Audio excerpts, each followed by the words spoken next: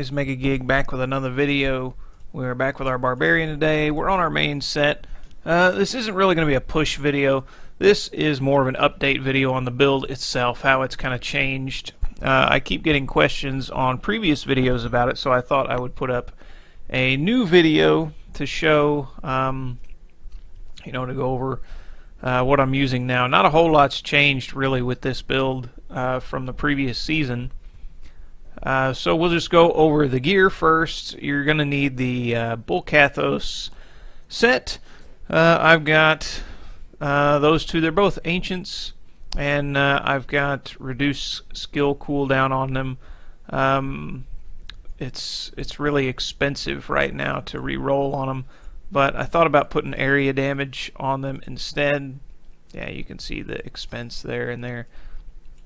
But once I get up some more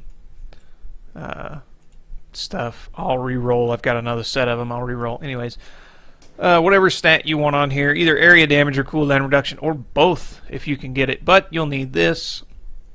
You're going to need the full set of the full Wrath of the Waste set, which gives you the 2 set bonus increase damage to rend, which we're not going to worry about. You're not going to use rend in this build.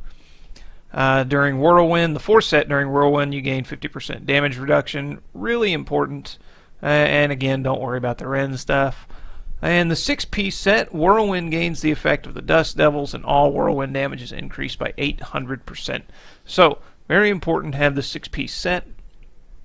And I am running, I'm actually not running this here. Yeah, there we go. I was farming up gems previously. So you're going to run diamonds. I'm not really having too much trouble surviving, so I've still got a couple of rubies in here. Depending on how tanky you are, you can either run all rubies or all diamonds, or kind of split it. As for the rings, I am running a Convention of Elements, which has previously replaced my Unity ring. So we're not quite as tanky, but this allows us to push higher and do a lot more damage. And the stats on it, I've just got cooldown reduction, critical hit chance, and strength. I know the stats aren't great. I'll look into re-rolling that too as well. And then you're going to need a Pride of Cassius belt, preferably 6 seconds if you can get on the Ignore Pain increase. The most I've been able to get is 5 on an ancient. And then the best stats you can get are strength, vitality, resist all, and then I've also got 14% life. You can re-roll it for something else if you really need to. And the secondary maximum fury, that doesn't really do a whole lot on this build because you're not going to run out of fury. And then for the other ring, you're going to want a Zodiac ring. And then a Hellfire amulet, preferably. You can run any other kind of amulet if you really want to, but I'm running the Hellfire amulet, and I've got the Boon of Bull Kathos passive on there, which basically allows me to keep my Wrath of the Berserker up at the very least 90-95% of the time. In big mobs, it's 100% of the time. And then I'm still running the Nemesis bracers. There are other options to replace this as well, but I still find these to be the best for my application. If you want, you can run Parthian Defenders for the stun bonus damage taken, and that will go well with your Templar, who is possibly stunning with that, and a Wyward. So that's what he's running there. He's also running an Oculus ring and an S of Johan. That really helps for grouping mobs together. And his shield is just normal. And then I've got your follower can't die. So that's his build. Let's get back to our build. And then for the gems, you're going to want Bane of the Stricken, and a Tagak, and a Pain Enhancer. You can swap out Pain Enhancer if you like for a Gogok of Swiftness. You're going to do a little bit less damage, but this does offer you more survivability and cooldown reduction because of the dodge chance. But for all-out damage, you're going to want this. You get that critical, you get that bleed over 3 seconds, which is kind of a nice little extra damage. But you also gain the blood frenzy in really big mobs, which really shoots your damage up quite a bit. In a normal group of, I don't know, like 10 or 15 mobs or whatever, my damage goes somewhere between 6 and 7 million. And with a Gogaku Swiftness at max buff, I'm only at like 4.5 million. So this does increase your damage quite a bit. So those are the gems. That's the gear. All my stuff is ancient besides the rings. Yeah, basically besides the rings. Oh, and that. You definitely want to get ancients or primal ancients now as they're available.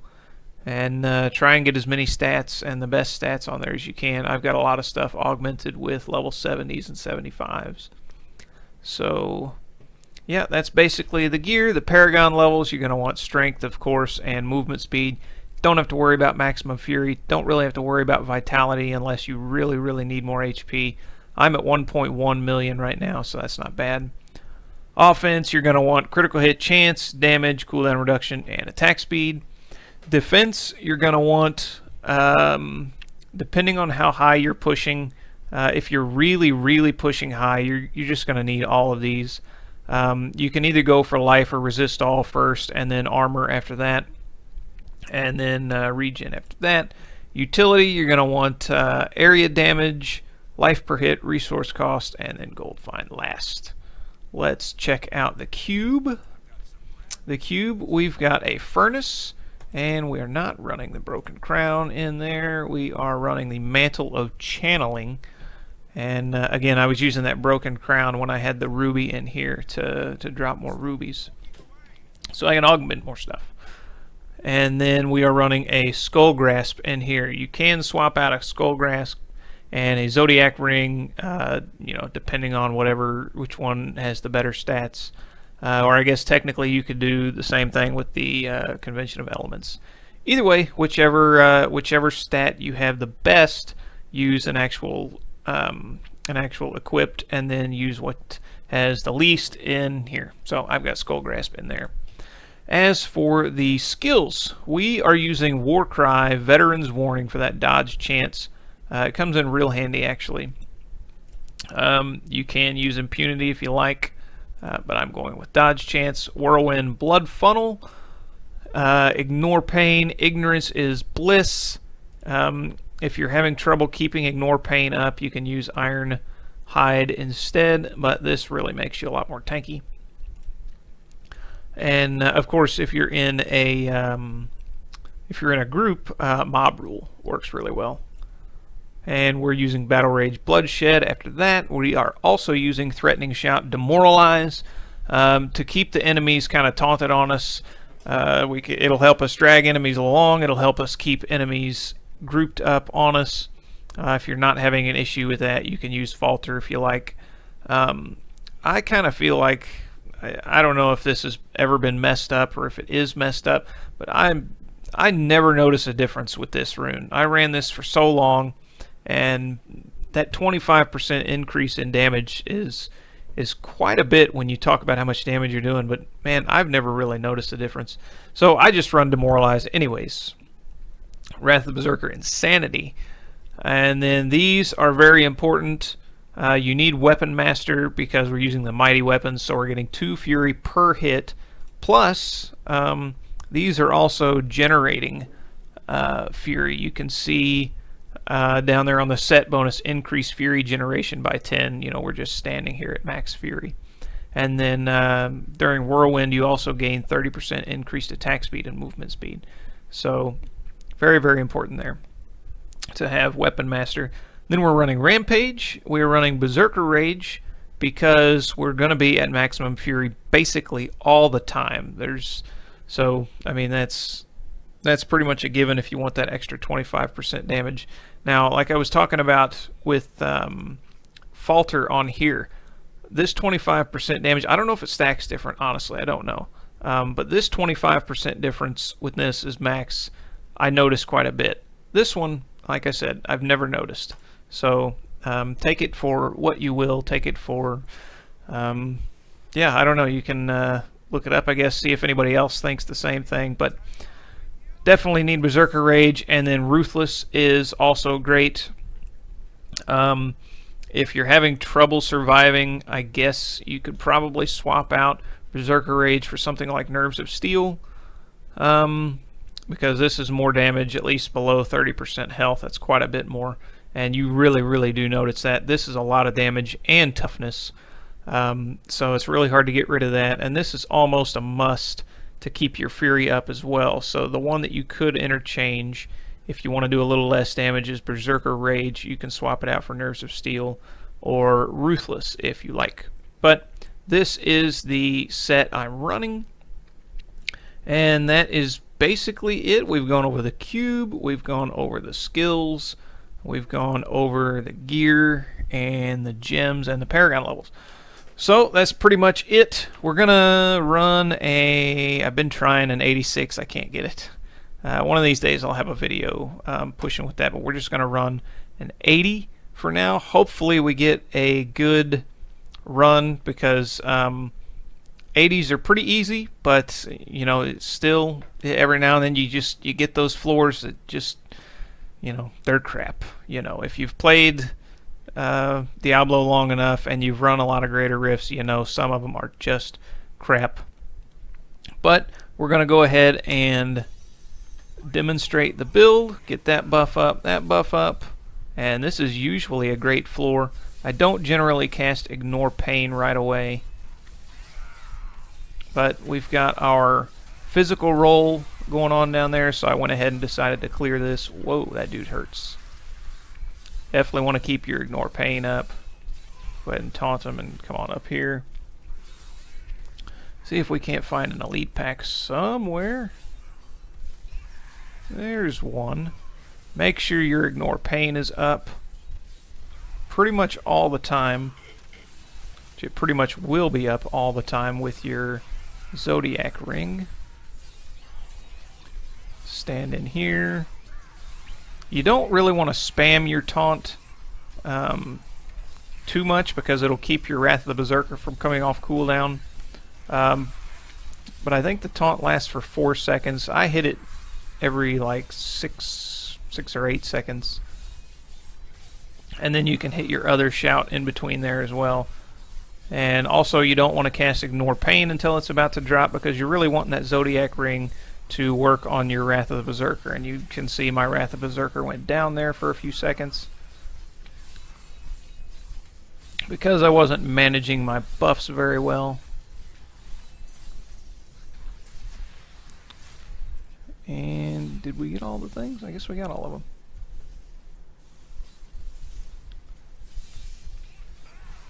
Alright, and there's another one. This is kind of a good floor, but I like to go ahead and just refresh all my buffs when I get into an elite pack fight. I don't know why. Just OCD, I guess. But you definitely want to manage your cooldowns as much as you can and try and prioritize Wrath of the Berserker, because that is a lot of damage. And these guys are really annoying. The fact that they're not they keep running away from me.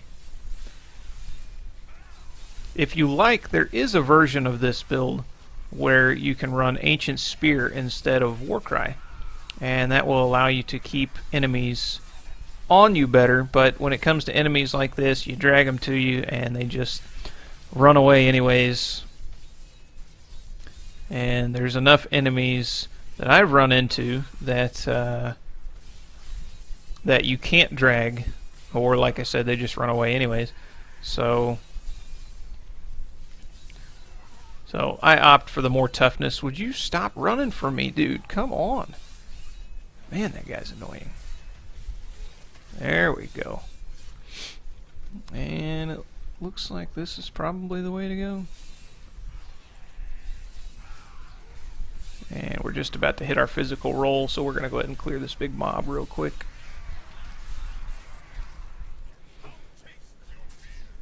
Oh, nice.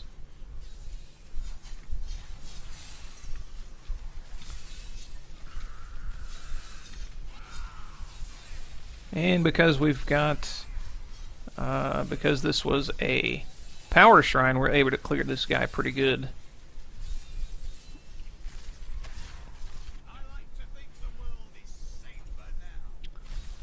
A lot of people think the Nemesis bracers are kind of a cheap way of getting progression. And in a way they are. I get where they're coming from. But almost all of the elite packs that it spawns are really high health. And so they take you longer to kill than most of them. So it's kind of, yeah, you technically get an extra elite pack, but it takes a lot longer to kill than normally, so I don't know that it really is that much of a benefit. And I guess in saying that, then why am I running them? Well, I don't know. I like them. Because when you get one and you get a power shrine or a conduit shrine, you do get that faster clear.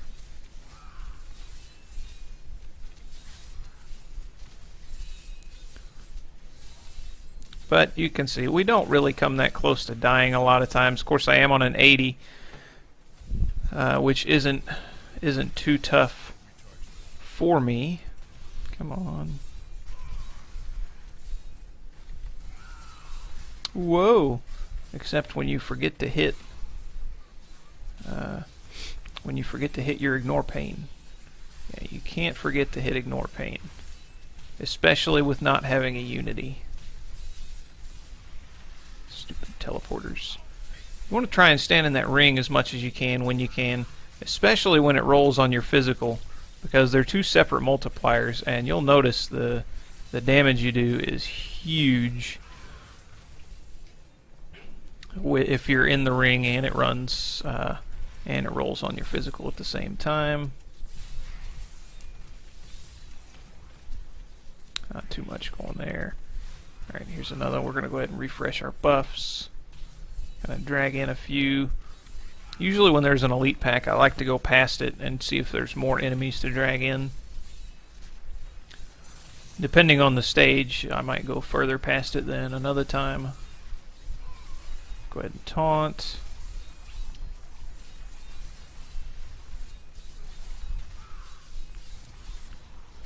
And we're on our physical roll. We need to stand in there as much as we can.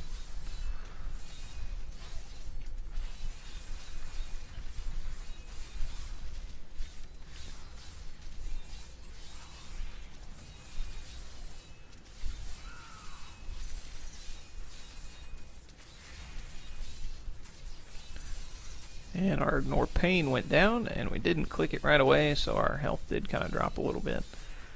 Generally, if ignore pain is up, unless it's, some particular circumstance, unless you take like a huge amount of damage all at once, you're not gonna die. There are some things that can one-shot you, so you do still have to be careful. Alright, there's an elite pack. We're gonna draw them up here to this conduit shrine. And whoa, that really hurt.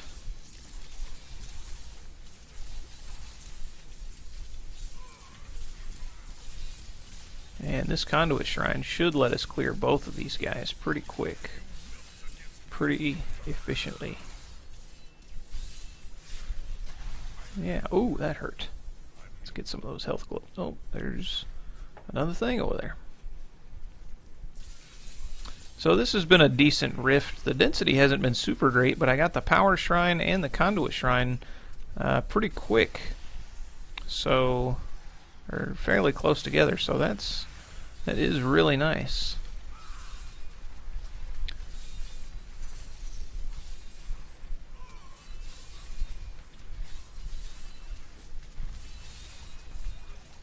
And now we've just got a big blob in there. Yay for our physical roll. Let's get our buffs back up. And now our Berserker Rage, or, yeah.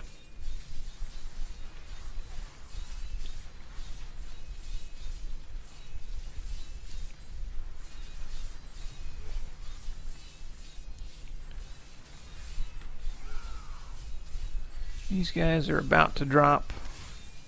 Alright, they did drop.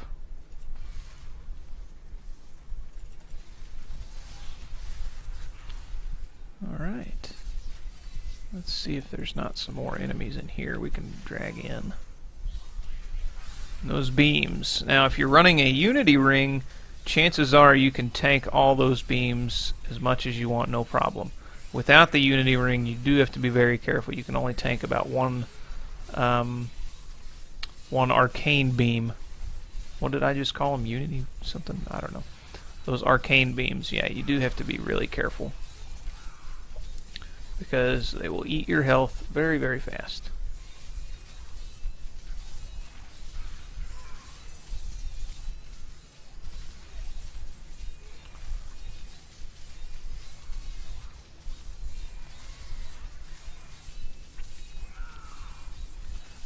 Really, with this build, it's a big part of it is just paying attention.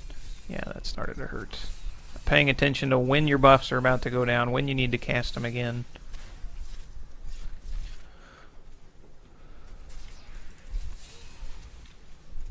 Come on, door, open up.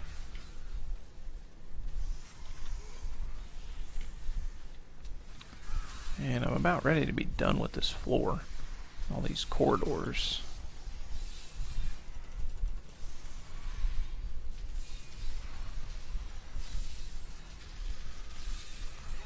Go ahead and kill these guys with our physical roll since we're here.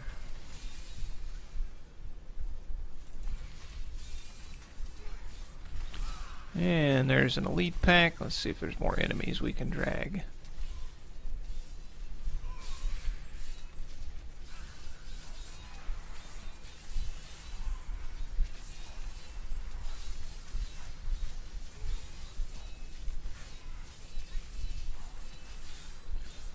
Hopefully that ring stays on the ground while we've got our convention of elements going.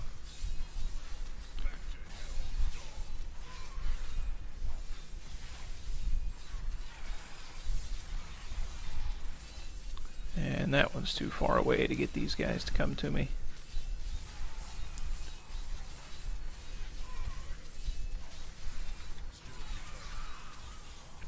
You can see my Berserker Rage is staying up a majority of the time. Only when I cast too many buffs, spam too much, does it not come off of cooldown. But it's only for a few seconds, even so. And we got a pretty good Guardian, so this should be easy peasy.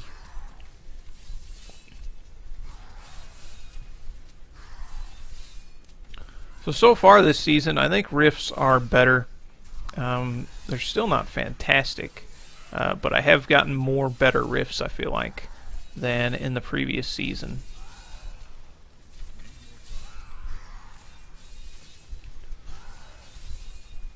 Like, this rift wasn't super fantastic, but we are only on floor 2, and I ought to heal up. We are only on floor 2. We're at the very end of it, and it was quite a large floor, but let's go ahead and refresh our buffs. One more physical roll on our Ring of Elements, and he's going to die right now. Yep, there he goes. So, that was just an 80. We should have cleared it quicker. We have cleared it quicker. But I hope you guys enjoyed the build. Let me know what you think. If you're playing a Barbarian, or in particular a Whirlwind Barbarian this season, and let me know what you think. If you guys are running the same thing, if you're running something a little different, if you haven't run this build but you try it out and you like it, let me know, guys. Let me know in the comments, and like and subscribe if you're not subscribed, and yeah, leave a comment if you have anything to say. And thanks, guys. More good stuff to come.